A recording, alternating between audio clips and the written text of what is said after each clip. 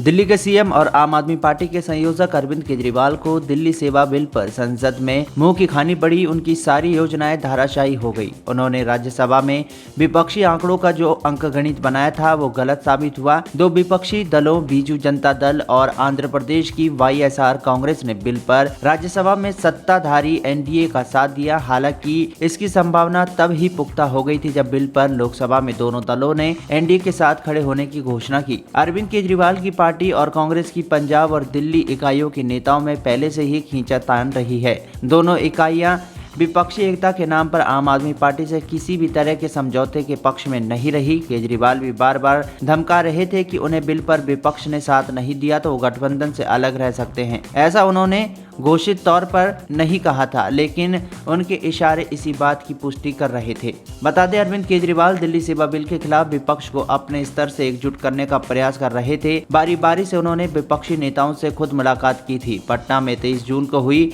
विपक्षी बैठक की पूर्व संध्या पर उन्होंने एक पत्र भी जारी किया था जिसमें विपक्ष के समर्थन की जरूरत उन्होंने बताई थी। उन्होंने कहा था कि आज दिल्ली के साथ ऐसा हो रहा है तो कल दूसरे गैर एनडीए शासित राज्यों में भी ऐसा होगा। इसलिए विपक्षी बैठक में सबसे पहले इसी एजेंडे पर बात होनी चाहिए। हालांकि बैठक में इस पर कोई चर्चा नहीं हुई और नाराज होकर वो बैठक से निकलकर दिल्ली रवाना हो गए थे। उन्होंने ज्वाइंट प्रेस कॉन्फ्रेंस में रहना भी मुनासिब नहीं समझा। बताते संसद का मानसून सत्र होने के 24 घंटे पहले कांग्रेस ने अरविंद केजरीवाल को बिल पर साथ देने का आश्वासन दिया। इससे पहले कांग्रेस नेताओं मल्लिकार्जुन खड़गे और राहुल गांधी से मिलने का वो समय मांगते रहे, लेकिन किसी ने उनकी नहीं सुनी। इससे केजरीवाल की नाराजगी भी झलक रही थी। उनकी पार्टी के सीनियर लीडर धमकी भी देते रहे कि बिल पर कांग्रेस से साथ नहीं दिया तो वो राजस्थान और मध्य प्रदेश के आसन विधानसभा चुनाव में कांग्रेस के खिलाफ अपने उम्मीदवार भी उतारेंगे। बिल पर साथ देने की कांग्रेस की हामी भरने के बाद आप नेताओं के सुर बदले।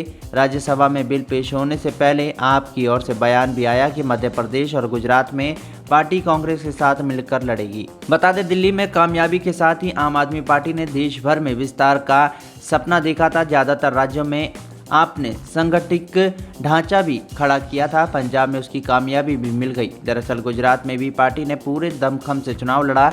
हालांकि इसका नुकसान आप और कांग्रेस दोनों को हुआ। विपक्षी वोट बढ़ गए और बीजेपी ने बाजी मार ली। विपक्षी एकता की बातचीत जब से शुरू हुई तब से कई बार आम आदमी पार्टी का स्टैंड बदला। कभी किसी गठबंधन में शामिल ना होने की बात उनके नेता कहते रहे तो कभी अकेले चुनाव मैदान पर उतरने का संकेत देते रहे। कभी विपक्ष के साथ देने के लिए दिल्ली और पंजाब को आपके लिए मैदान खाली करने की शर्त भी रखी गई। खैर, ये तमाम बयानबाजी सिर्फ दिल्ली सेवा बिल पर विपक्ष खासकर कांग्रेस का समर्थन हासिल करने के लिए था। आखिरकार कांग्रेस ने उनका साथ तो दिया, लेकिन इसका कोई सुखद परिणाम सामने नहीं आया। राज्यसभा में बिल के पक्ष में 131 वोट पड़े जबकि विपक्ष में सिर्फ 102 वोट ही आए। बता दें, शरद पवार, ममता बनर्जी, अखिलेश यादव, नीतीश, हेमंत सोरेन, अरविंद केजरीवाल ने बिल पर समर्थन के लिए मुलाकात की थी।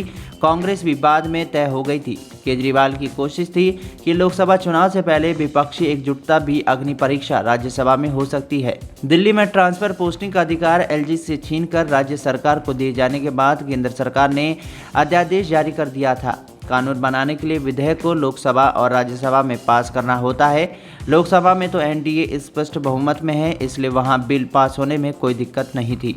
लेकिन राज्यसभा में विपक्षी सदस्यों की अधिकता के कारण केजरीवाल को उम्मीद थी कि वहां बिल पास नहीं हो पाएगा। दरअसल राज्यसभा में कुल सदस्यों की संख्या 245 है। इसमें बीजेपी के 95 सदस्य हैं। बहुमत के लिए 123 सदस्यों का समर्थन जरूरी था। केजरीवाल को उम्मीद थी कि अगर विपक्ष एकजुट रहा तो राज्यसभा में सरकार को मुंह की खानी पड़ेगी। भले ही कामयाबी नहीं मिली पर केजरीवाल का साथ तो विपक्षी दलों ने दे ही दिया। अब ये देखना है कि अरविंद केजरीवाल विपक्षी दलों के साथ रहना चाहते हैं या कोई नया पैंतरा अख्तियार करके। उन पर संदेह इसलिए होता है क्योंकि ममता बनर्जी की तरह वो भी समय समय पर ऐसा कुछ कहते रहते हैं जिससे उन पर भरोसा करना काफी मुश्किल है। ये तो तय है कि केजरीवाल की पार्टी आप भी दूसरे विपक्षी दलों की तरह भाजपा की मुखर विरोधी है, लेकिन केजरीवाल अपने फायदे के लिए विपक्ष को किनारे करने में भी शायद ना चुके। वैसे भी फिलहाल जिन दो राज्यों में आपकी सरकारें हैं वहां किसी से समझौता ना करने की बात उनके नेता कई बार कह चुके हैं।